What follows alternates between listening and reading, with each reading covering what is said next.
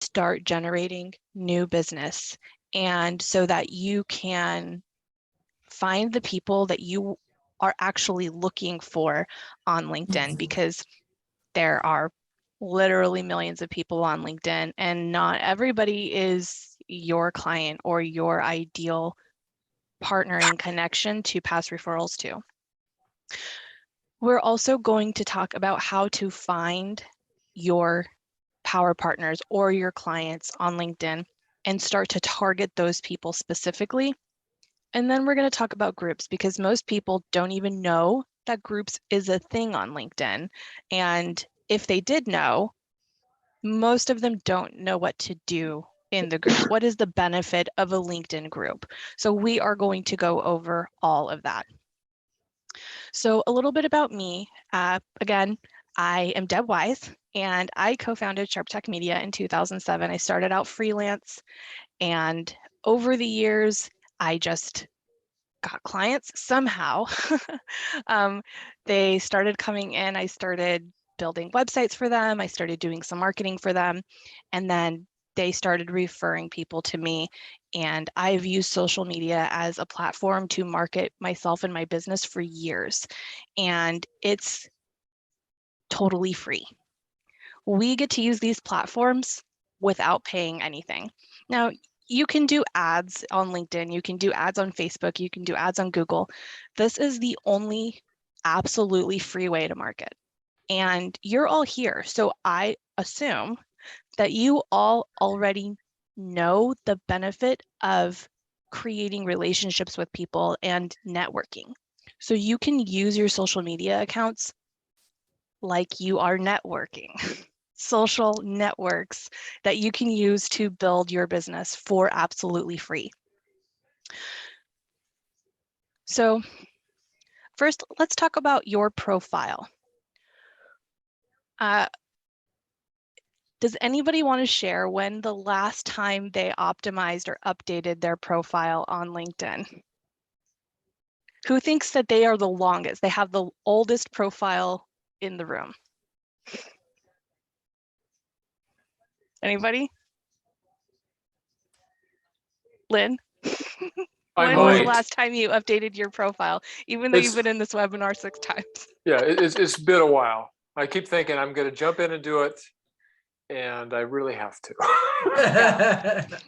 So my pledge to you, Deb, is after this meeting, in the next week, I'm going to update my profile. Well, action takers get results, Lynn. Yep.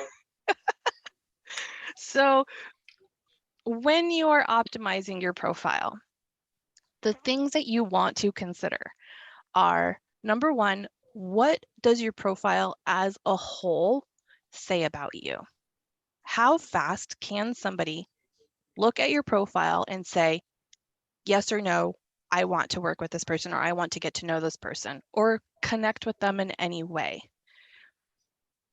People are lazy. We have the attention span of a gnat, and it should tell, your profile should tell the story of who you are, why people should connect with you, how people can connect with you in 6 seconds or less. Google says that for the average website, that you have 6 seconds to tell people what you want them to do and why they should do it. And if you can't do that in 6 seconds, then you have lost that person. So take a look at your profile objectively and ask yourself, does it say what it needs to say in 6 seconds or less? If it doesn't, we can fix that. Next is your profile picture. Your profile picture should be less than 3 years old. It should look like you. If you've had any major physical changes in the last couple of years, did you put on that COVID-20? Did you find an amazing workout regimen during COVID when you were at home and lose a bunch of weight? Men, did you grow a beard? You want your profile picture to look so much like you that if you were to meet this person in real life, if you were to go and have an in-person connection meeting with them at a coffee shop, that they would know it was you walking through the door. This is where you are creating that personability. You want your profile picture to be just of you. It should not be a bathroom selfie at your last corporate Christmas event from the bathroom. It should not be a picture of you and your favorite celebrity. It should be just a picture of you, and it should be professional. Now, it doesn't have to be done professionally, but it should be clean. You should be wearing what is considered professional for your industry. Now, in my industry, it's very casual. Dark wash jeans is considered dressed up. So in my profile picture, I have a basic green like backdrop. We did it at the park, and I'm wearing a denim jacket. That's totally fine for my industry. If I was a real estate agent, I should probably be in a suit, and I should have maybe the green backdrop, but probably a plain back invent the wheel. You want to be what is considered professional and acceptable and the norm in your industry. Now, if your normal style is a hot pink suit, then you wear your hot pink suit. But it should still be industry norm professional while still being yourself. Also, your contact info. People should be able to contact you with your contact info. Don't put a fake phone number or one that always goes to voicemail. You want to put your real phone number, the one that you answer, the one that you have your receptionist answer. Now, I have a receptionist who answers all of the calls that come into my business because I don't want to spend all day answering the phone, especially when 30% of those are from Yelp.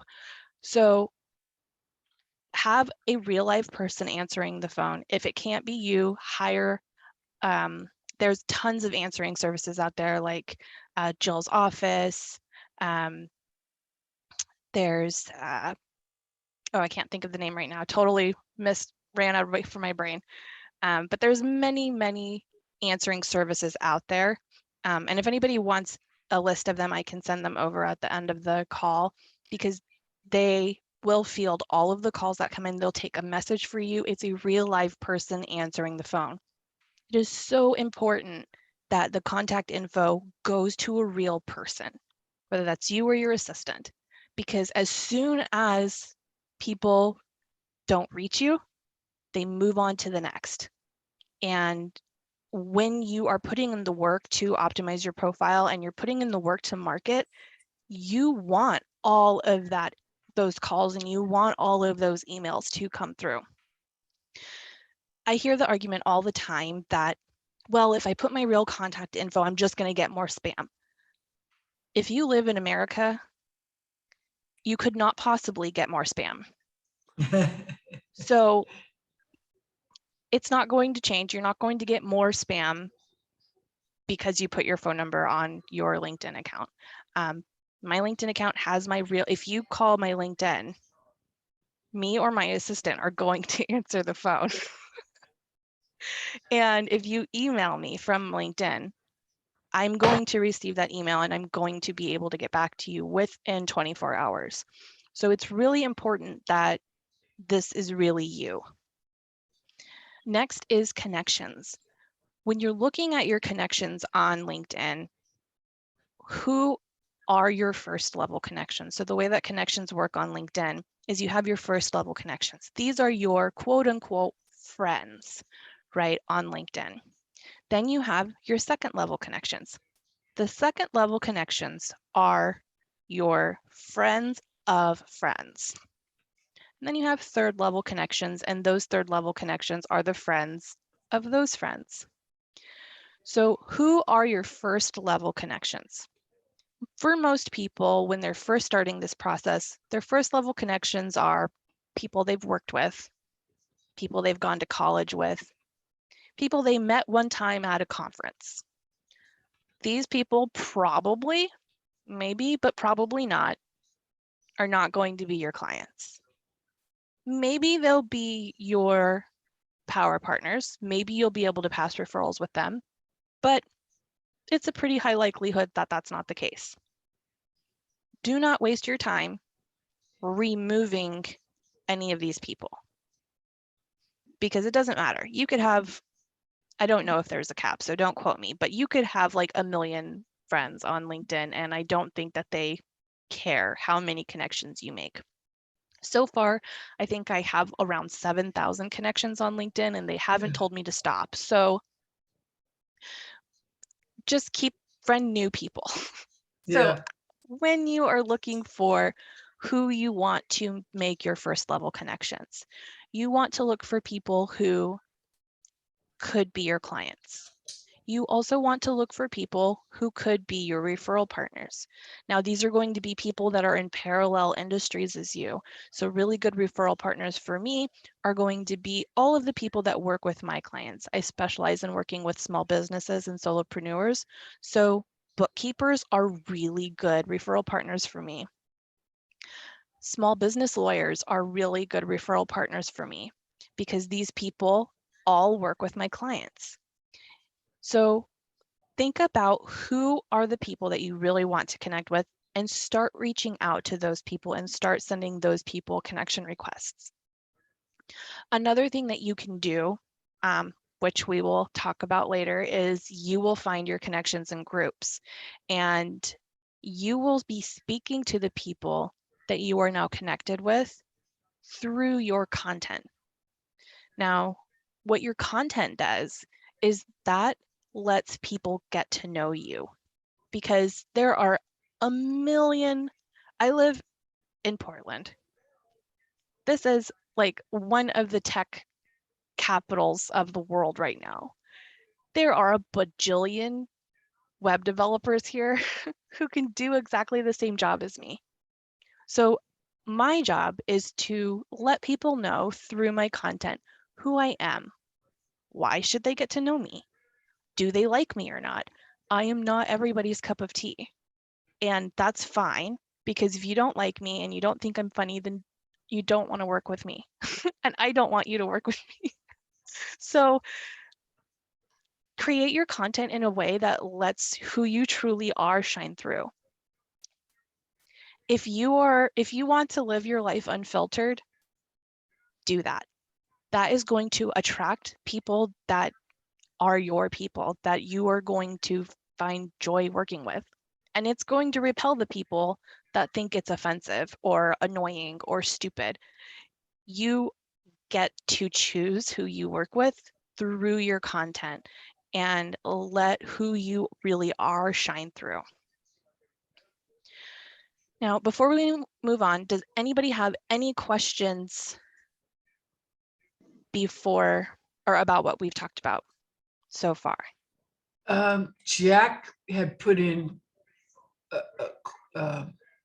Jack, you want to ask your question? Can you unmute yourself? Actually, she answered it already, so we're good. Okay. A Google Voice number. He says it's Oh. okay to put a Google Voice number on. Yeah, as long it can be any number, as long as it's a real life person who's going to answer. Or if you cannot answer, this is the least recommended option. But if you absolutely cannot answer and it is absolutely not in your budget to have an assistant or to have hire an answering service, then make sure you are doing callbacks within 6 hours of getting calls in. So something that I have done in the past when I didn't have an answering service was I would schedule a time of the day. So I would do callbacks first thing in the morning for calls that came late the day before. I would do callbacks at lunch in the afternoon, and then I would do callbacks in the evening. And usually, because I was doing it so often, I would maybe have one callback at a time, so it wasn't a big deal. But every single time, people were like, I'm so happy that you called me back so fast. And sometimes that's literally why I got the job. Oh, wow. Not because that they, thought that what I did was amazing, or I mean, maybe some of them didn't even like see my work. They were just like, well, you got back to me so fast. let's do it. So I have a people client that care. tends to call me at 5 or 5:30 on Friday nights when I'm out doing my run. Oh boy. And Yeah. I've learned it's never a big deal. So I've picked him up while running before. Now I just wait till I'm done running because it's hard if you're going uphill, especially. Yeah. And it's never a big deal. He always just has a couple quick questions. So he's really happy.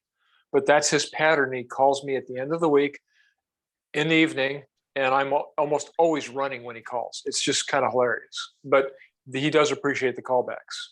Yeah. I mean, sometimes that's all you can do, right? And, you know, setting that boundary of I'm not going to answer the phone during my run is fair too. Yeah. I have a client who will send me an email, immediately call me. And sometimes if I don't see the email and I let the call come through from my assistant, it'll be a 45-second conversation. He just wants to make sure I got the email. So now the process is my assistant says, well, did you send her an email? And if he says yes, she says, okay, I'll let her know. Perfect. So it's figuring out those little things. But the callback is so, so important. And the fact that it's done in a timely manner is the most important.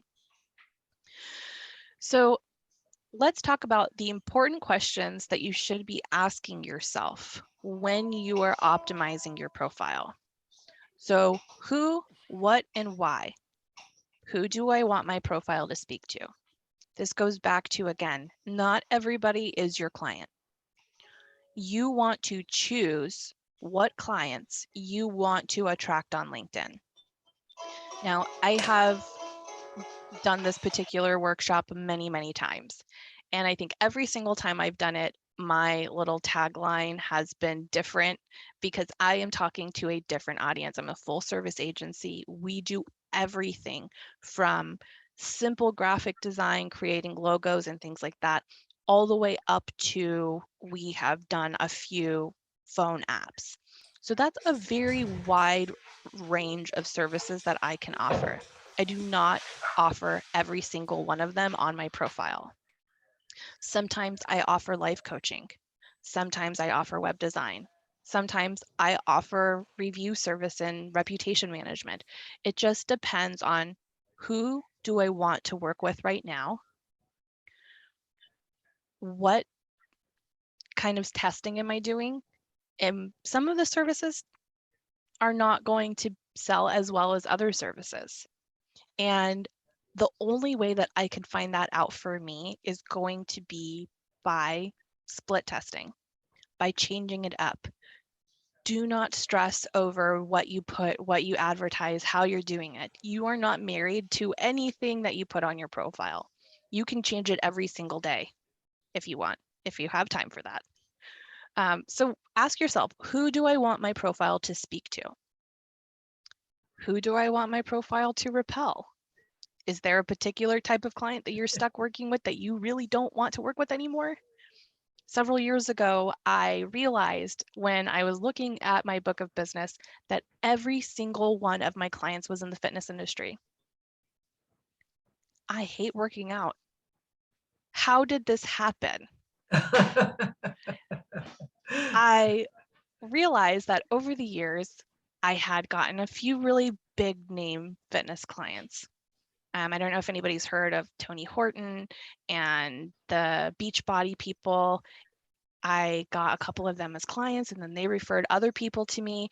And then it just turned out that I only had clients in the fitness industry. And I wanted different clients. And some of those people are still my clients now, and that's okay.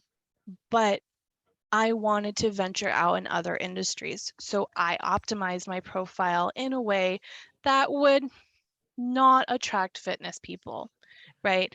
I did a couple smaller projects for other industries. I got those up in my portfolio and I was able to kind of repel the fitness folks and attract people in other industries like HVAC and roofing and things like that. So ask yourself, who do I want to work with? What does my audience think they need? Now, all of you here today think you need more leads, think you need more business. So I'm going to tell you, come to my webinar so that you can get more clients. I know what you really need to do is optimize your profile and write content and create a marketing strategy. But if I was like, come to my webinar and learn how to do all this work, you wouldn't come. You'd be like, oh man, no, forget that, right? You want to give people the benefit. What is the benefit that they think that they need? Now, once they're there, you give them the bread, right? You give them what you know they need. That's going to give them the result that they think they need. Why? Why should anybody hire me? Now, I have a very different set of skills than a lot of other developers in my industry because I'm also a life coach. So when people come and work with me, they regularly get a whole lot more than just a website. They get direction, they get training, and sometimes people hire me to give them business coaching advice after their website's built. And that's kind of how that was born for me. I regularly got brand new business owners in who got their websites done. They were so excited. Now what? Well, what do I do now?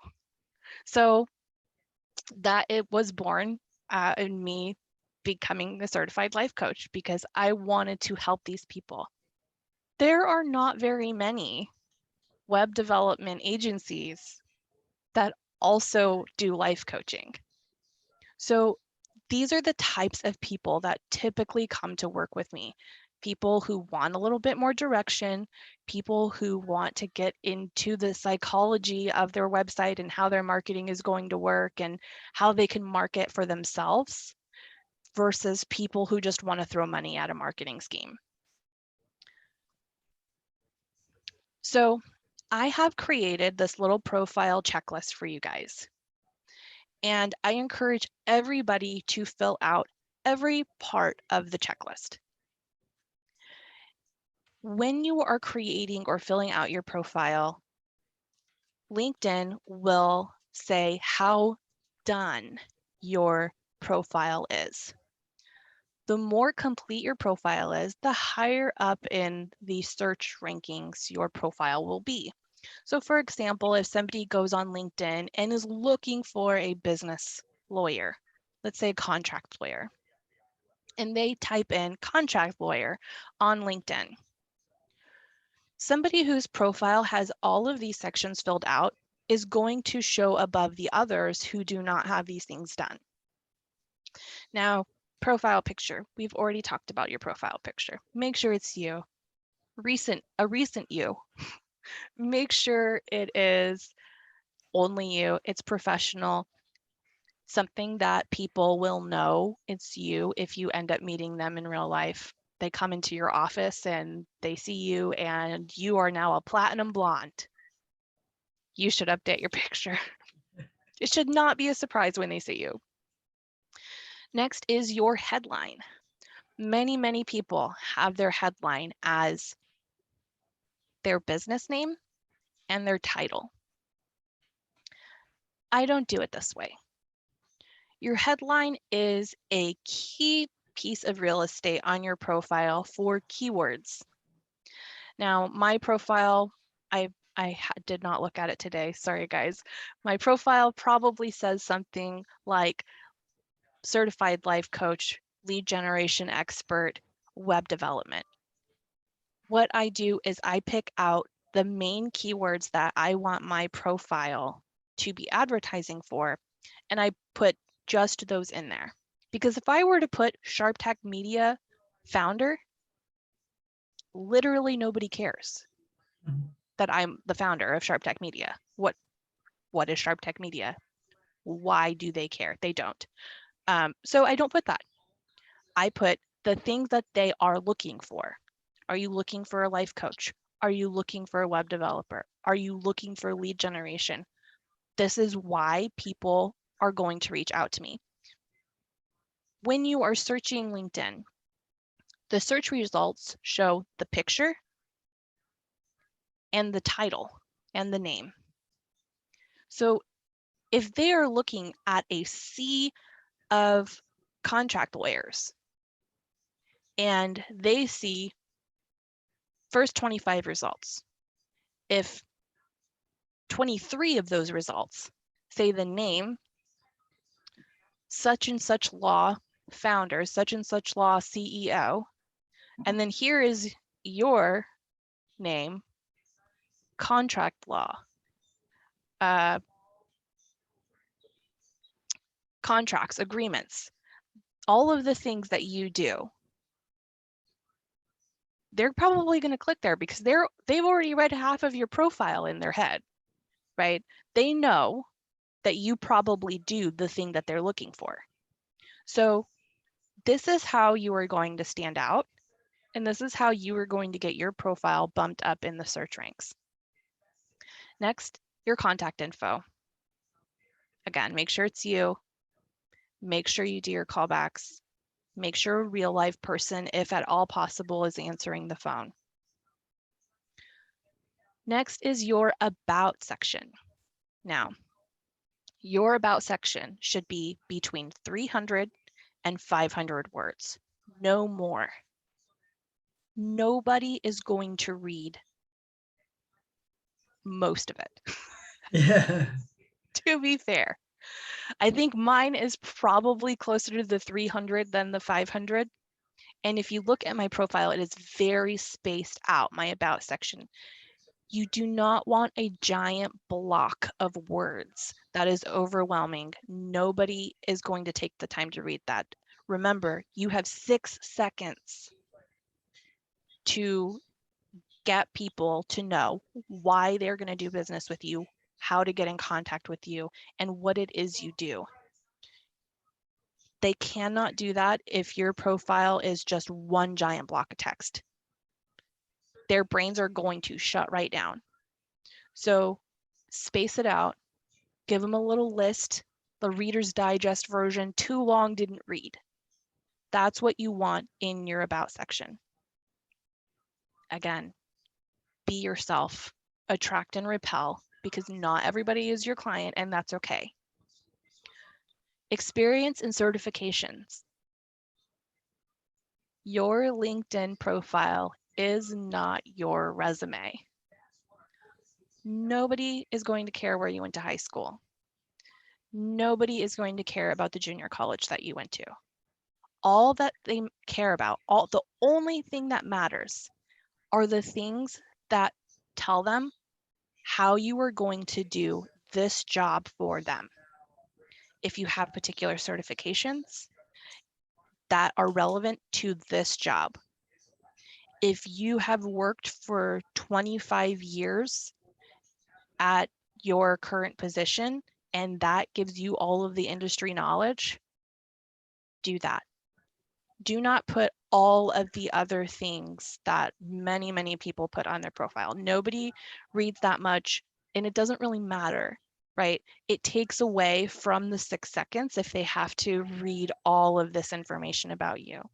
All they need to know are the things that are relevant to how you are going to do an amazing job for them today. Next is testimonials. Now, on my profile, I have 1, maybe 2 testimonials because most of my testimonials are on Google. So I suggest getting somebody to post a testimonial so that you can have this part finished for LinkedIn. Because as a marketer, the valuable testimonials belong on Google or on your Facebook page. If you have a lot, if you get to a point where you are doing tons and tons of business, LinkedIn is your primary way of doing business, then that might be a good place to focus your testimonials. If you only get 1 testimonial per customer, send them to Google and get your Google My Business page ranking up there with testimonials. But to fill out the profile, get 1 client to leave you a testimonial, or one referral partner, somebody who has referred a lot of business to you, is also a really good testimonial opportunity. People think that they can only get testimonials from clients, and that's not really true, because people who you have been referral partners with for years and who trust you and who know for a fact that you do an amazing job and you've done an amazing job for their clients many, many times, that's also a great review opportunity. So don't limit yourself to only getting reviews from clients, because those reviews are valuable too. Next is your content. Guess what, folks? You have to market yourself. You have to do work all the time to market yourself. This is not about doing an hour of work and then never looking at your profile again. Because if you want your profile to work for you, you are going to have to put in the work into your profile. Before we move on, do we have any questions about the profile experience?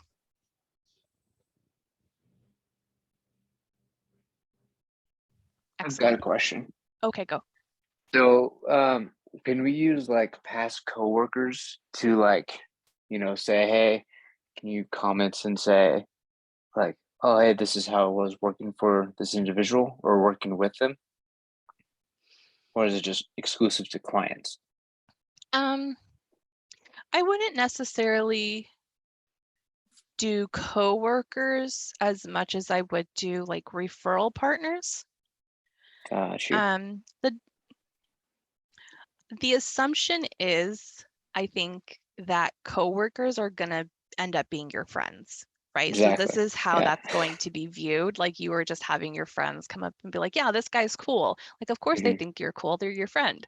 So having referral partners, people who are not necessarily your friends, but you've worked together for years, those are good people to leave a review for you, right? Because they have, like, for example, Becky would be a really good opportunity to leave a review for me. She invites me regularly to do her webinars. She's referred business to me.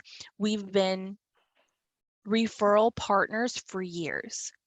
So she knows that I am reputable, even though I haven't done any direct work for her. So those are the types of people who, outside of clients, you could ask for reviews. Gotcha. Cool. Thank you. Are there any other questions? Is Levi the only brave one? Okay, let's move on. Yeah. So talking about content. So I do not expect anybody to spend hours and hours every day working on content. The way that I do content is I write one article for my blog. After I've written that article for my blog, I post it to my website. After I post it to my website, I post that exact same article on my timeline. Then I take that article from my timeline and I post it on, I take what's relevant and I post that in groups. And that's just for LinkedIn. I also take that same article and I post it in my Facebook group. And sometimes I'll break it up and I'll post snippets of it in my Facebook group. I am spending an hour a week crafting one article. And then I use that same article all across all of the different platforms. That's 1 hour a week for your marketing plan. So can I ask a question right there? So when you say timeline, is that for LinkedIn or for your profile? Okay. So on LinkedIn, you can post articles. You can do general wall posts. Wall posts are a little shorter than articles, but you can, again, take that long article that you wrote, post the long article as an article on LinkedIn. A few days later, take a snippet, a paragraph of that article and post it on your wall. A few days later, take 2 lines from that article and post it with a picture. Nobody, unless they're stalking you, which I think everybody who is regular on Facebook or any social media, you have that one person who likes every single thing you ever post. They're the only one who's going to notice that this is basically the same thing, right? Nobody else is going to notice because most people are going to see one of all of the above. They're not going to see every single thing you post because that's just how the algorithm works. So you take your one article and you break it up into many different kinds of posts, and you're saving a ton of time because in total, let's see how many minutes it takes to post, right? In total, you are probably spending less than an hour 15 creating and posting content for the whole entire week. If you have like a subscription to any of the scheduler services, you can do those. I will say with those types of services, you want one that does not say posted via, so like for example, Hootsuite, posted via Hootsuite. The algorithm doesn't really like that very much. So you want one that doesn't say. The one that I like right now is called Metric Cool. I can send out, I can add a link to that as well if you guys want to check that out.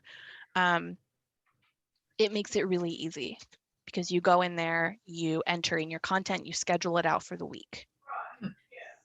Oh, very nice. So let's talk about groups. There are 1.7 million groups on LinkedIn, and most people have no idea. But there are tens of thousands, millions of people in these groups. Now, the huge benefit of the group on LinkedIn is, remember when we were talking about the different levels of connection? So your first level connections are the only people that you can send a DM to on LinkedIn. If you have a free LinkedIn account, you might get one in message, which is basically like an inbox message. So that service, if you have a free, if you have the premium account, which I think is like $89 a month or something like that, you get 10 in messages. So how do you DM more people? How do you reach out to more people if only your first level connections are the people that you can DM? You can also DM people who you are in a group with, because LinkedIn says, what relevance does this random contract attorney have to a web developer? And LinkedIn's had none. But if I'm in groups with contract attorneys, oh, they're in a group together. They must have something to talk about. Also, how do you get your content out to more people? Because not everybody is going to come across your profile. Even when you're posting content, only the people on your first level connections are going to see that content. How do they know that they want to be a connection with you? Now, part of your process might be going through and friending or inviting people to be your connections. Let's say you invite 20 people a day to be a first level connection with you. Why should they? Your profile will be optimized now, so that will probably give them a way to know. Maybe you're in groups with them, and this is even a step further. Maybe you're in groups with them and they saw that amazing article you wrote that helped them out a ton and saved them 5 hours a week in their business. When you are posting content, it stacks on top of all of the other work that you're doing and gives people yet another reason to get in contact with you, gives people another reason to answer that DM that you sent them with your freebie or just saying hey or wanting to connect in general. It also gives people a window into who you are and into, again, that attracting and repelling. Why should they do business with you? So you want to be where the people are. Who is your target market and where do they spend time? So if you are an auto detailer and your primary target market is soccer moms, where do you think soccer moms are spending time on LinkedIn? Right? They're probably in groups that have to do with after school activities for kids. They're probably in groups that are like mom support groups. They're probably in groups with awesome recipes, right? Find out what your target market is doing in their free time. What are they doing at work? What are the things that they do as hobbies? Because that is where you want to be. And when you get there, ask yourself how you are adding value. Because people are going to do business with you when they feel like you are adding value. And when your content is done in a way that people feel like they got something out of it. For example, I don't get paid to do these webinars. I get a decent amount of business from doing speaking engagements and things like this because I'm adding value. It's not always about what can they do for me. It's where are you able to add value, and then value will come back to you in return. So when you are in the groups, don't think of it as a buy my thing, buy my thing, buy my thing. Think of it as how can I offer value to the people in this group? And then business will come to you organically. When you are consistent, when people begin to recognize you, then you will begin creating business organically. Ultimately, above everything, be human. When you see a post that you like, comment on it, like it, share it, because people will always remember the way that you made them feel. All anybody wants on social media, in person, anywhere, is to feel seen and heard.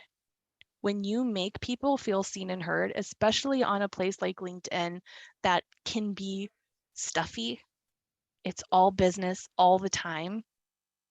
It doesn't have content on it that goes viral like on Facebook, right? You might see a post on Facebook and it's not uncommon to see 1,000 comments on it or 5,000 likes.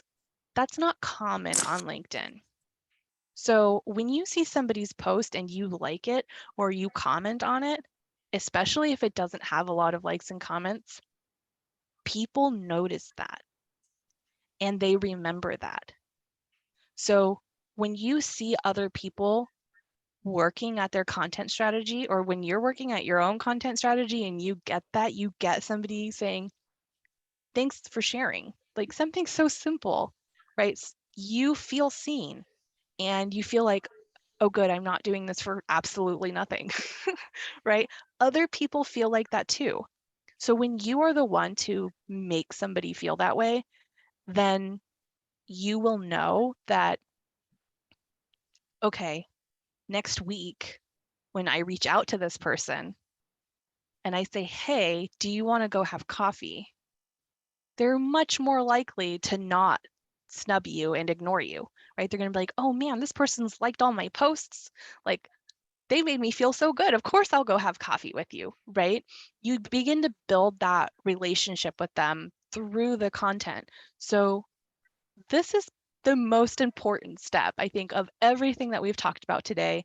This is the most important step, is to just be human, be yourself, be real life. Take out all of the stuffiness that LinkedIn notoriously has and just be a real and normal person. I've gotten a ton of business, especially from LinkedIn and other social medias, just by being normal, being a normal person. I'm kind of quirky and I sometimes forget words and I'm just myself. This is all that I have. And when I accepted that and I started using that as part of my strategy, I started getting a ton more business. And I started getting business with people that I actually liked working with because they knew what they were getting into before before they hired me. They knew what they were going to get. So be yourself, be human, and be consistent, because without consistency, the strategy does not work. If you can post once a week, then commit to posting once a week. If you can post every other week, commit to posting every other week. Whatever strategy, whatever saturation you decide to go with, just stay consistent with that so that you can start seeing the same people, the same groups. You'll start to really cultivate the traffic that you want to be bringing into your profile. So now I am going to open up for questions. Can I ask just a quick question? So if you're in groups with people and you want to direct message them, are you limited to the number of people number of times per month for the group people that you know? Yeah, LinkedIn does limit, no matter who it is, the number of people that you can direct message per day. They don't say, honestly, what that limit is. Yeah. There have been times where I've been doing like cold campaigns and things like that on LinkedIn, and I've sent 200-300 messages in a day. Oh, wow. Before I got the cut that out, you're on timeout for a month. Oh, wow. And then there have been times I've set like 10. So they don't really tell you. They also don't tell you how long you're in timeout for. They're just like, go stand in the corner until we tell you to get out. Okay. Wow. So really, if you are going to do those types of campaigns, I would recommend doing the LinkedIn, the premium LinkedIn. Oh, okay. Because then they know, they're like, okay, fine, people are going to use LinkedIn in this way. We're just going to make money off of it, right? We're going to make a way for it to happen. So if you do want to do cold campaigns, which is a whole nother webinar, if you do want to do cold campaigns on LinkedIn, then I would definitely recommend getting the premium so that you can send hundreds of friend requests, you can send hundreds of DMs, and you can kind of automate the process. You get a lot more info about people too, like you can actually get their real personal email address that they used on LinkedIn, things like that. I don't do that right now. I haven't done that for a few years actually, because it works fine for me the way I'm doing it now. Because consistency is really, again, this is free. You get to use LinkedIn for free. Yeah. What other marketing platform lets you do that? So I just take advantage of that fact that I can do this on LinkedIn for free. Okay, very cool. Well, thank you. Thank you. That's great. So, okay, so does anybody else have any questions? Now's the time. Well, quick comment. I think you're talking about when you talk about consistency and being genuinely yourself. So you're making this work just like your networking groups would. Essentially, yeah. It's a long game. Yeah. Because I've seen people come to in-person meetings and you can see them turn into meeting mode and you never really know who they are. Yeah. Versus coming in saying, this is me. If you like me, great. If you don't, that's fine too. Yeah. It's exactly like networking. Again, this is just me. This is who I am. I don't have like everyone like laughs about, especially since we all started working at home, like your friends, they're like, what's your customer service voice? Like, I don't have one. This is just how, this is my voice. This is the way that it goes. Right, right. So it's easier. It's way easier to be yourself Yeah. than it is to be like in the stuffy professional box. And I think that especially in today's climate, it's people don't get to see that side of people very often. And when they do, it's refreshing. And then they don't feel like they have to be that way. And I think everybody kind of just wants to relax, right? We all want to go into our lawyer's office and be able to just be a normal person. So when you present yourself in that way, it attracts the people that are going to jive with you, because again, not everybody's your client. Some people just don't deserve to work with you, and that's okay. Perfect, perfect. Yeah, thank you. So are there any other questions? I'm looking to see. Unmute yourself if you can, or you can put them in the chat. Deb, quick question for you. Do you have any recommendations for those who might do or participate in more than one business? Yes. So I have run more than one business a number of times.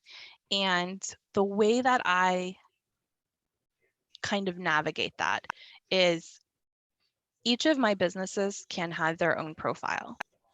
So you can have a business profile that is specifically for the business, or you can have two personal profiles, right? One that markets business A, one that markets business B. If your businesses are in like parallel to each other.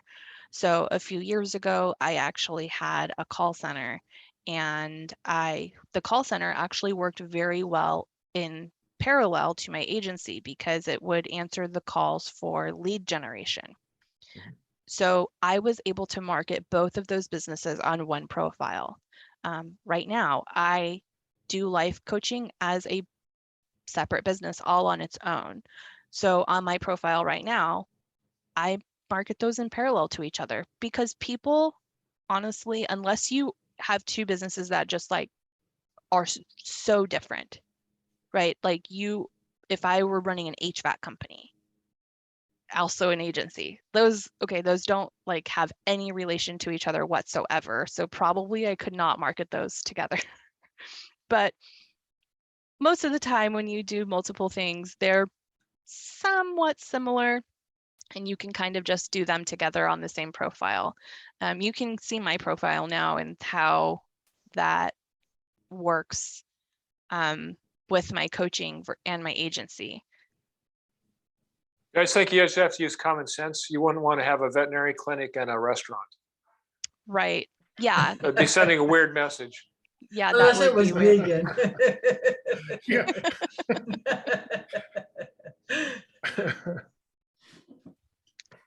Nice. So All did right, that thank you answer very your much. I question? appreciate that. Okay, yeah. Yeah, absolutely. I have a quick Thank you question very much. if there's still time. Yeah. So I'm a nutritionist and what I do is very clinical. Is that something you could see being on LinkedIn that I could get clients from, or I don't know? Yes, actually. So a lot of my clients, like I said, I have been in the fitness industry for more than a decade, even though I really hate working out and dieting. And a lot of my clients actually do a decent amount of business on LinkedIn. There was a huge health and wellness sector of LinkedIn, and some people exclusively do their marketing on LinkedIn. So again, this is going to go into the research that you need to do for your target market and finding out who those people are going to be. Again, finding out who your like dream client is. Like if you could say, if you have a client now and you're like, man, I just love working with this person. They are so down to earth. They are so fun to work with. I have a client right now, for example, he's ex-Marine and he just bought into an established retail store. He is amazing to work with. He's hilarious. He laughs at my jokes. He is super down to earth. He's very motivated, right? He's really organized. He gets things done. If I send him something, he gets it done. If he sends me something, it has all of the information. I don't have to hunt for things. He's just an amazing client. If I could paint a picture of who my perfect client was, it would be this guy. So now I'm going to go to LinkedIn and I'm gonna be like, I want to work with vets. I want to work with people who have a passion in driving, like he works with the Wounded Warrior Project. So I'm going to probably go find other folks who work with the Wounded Warrior Project. He is a veteran owned business. He's using the financing that he's getting from the military to buy into this new business. So I might go look for folks who do that. So you have to think outside of the box a little bit about who you're looking for and how you're going to find them. That road starts with painting the picture of your perfect client and the features about them that you really love. And then you can go to LinkedIn and say, okay, this is my list of people that I'm going to be looking for, the features, the places they're going to be, the things that they're going to be doing. Okay. Yeah, thanks. Just because my perception is that LinkedIn is like people are looking for work or to network versus like that, you know? Yeah, that's a lot of people's perception of LinkedIn. But LinkedIn has come quite a long way in the last 10, 15 years. Yeah, great. Thank you. Very good. Hi, I have a quick question. Yeah. I'm looking to get into digital marketing, but I'm not sure what the best way is to learn the skills to be able to do that. So you are looking to become a digital marketer. So what you should be looking for, just industry knowledge, right?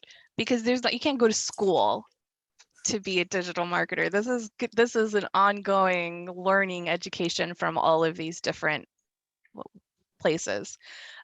Really, the places where you are going to learn the most information are going to be other LinkedIn groups. So searching for like internet marketing, digital marketing, depending on what type of marketing you want to do, there'll probably be Facebook groups for things like Facebook ads and things like that, and buying into those coaching programs. A lot of my industry knowledge, a lot has been through various coaching programs. Disclaimer, they are not cheap. The good ones are not free. I have spent anywhere from $1,000 to $15,000 on coaching programs. It's worth it. Again, I've been in the industry for 15 years now, and every year I have to do some kind of continuing education because digital marketing is always changing. It's never ever the same.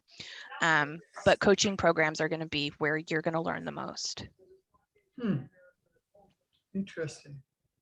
Thank you. Well, good. Well, thanks, Deb. Did you have anything that you wanted to add, or? So I put in my contact info in the chat. I am offering 1 hour strategy sessions only to the folks here. So sorry, those watching the recording or the live stream. It's only to the folks that are present here. So Becky, if you could send me a list of the people Sure. in attendance, a 1 hour strategy session for your business. We can help you get your LinkedIn sorted. We can help you with your content strategy, things like that, to kind of get you on the road to making money with your LinkedIn profile. Oh, very cool. Excellent. Wow. That's very generous. So let's see. I'm saving this so I can make sure you have the list. So thank you. Well, wow. So before we leave, were there any last minute quick questions that Deb could answer quickly, because we're over time, but I want to make sure since we have Deb here. We don't get her that often. The advantage of being on the live broadcast. Oh, I too. know, exactly. Yeah. And the rest of you watching this secondhand, nah. There's a benefit to doing things. Action takers get results. Exactly. Oh, so we put a message in there. Oh, thank you, Deb. Barbara Dennis, Thank you. one of our brand new members. So yeah, thank you so much, Deb.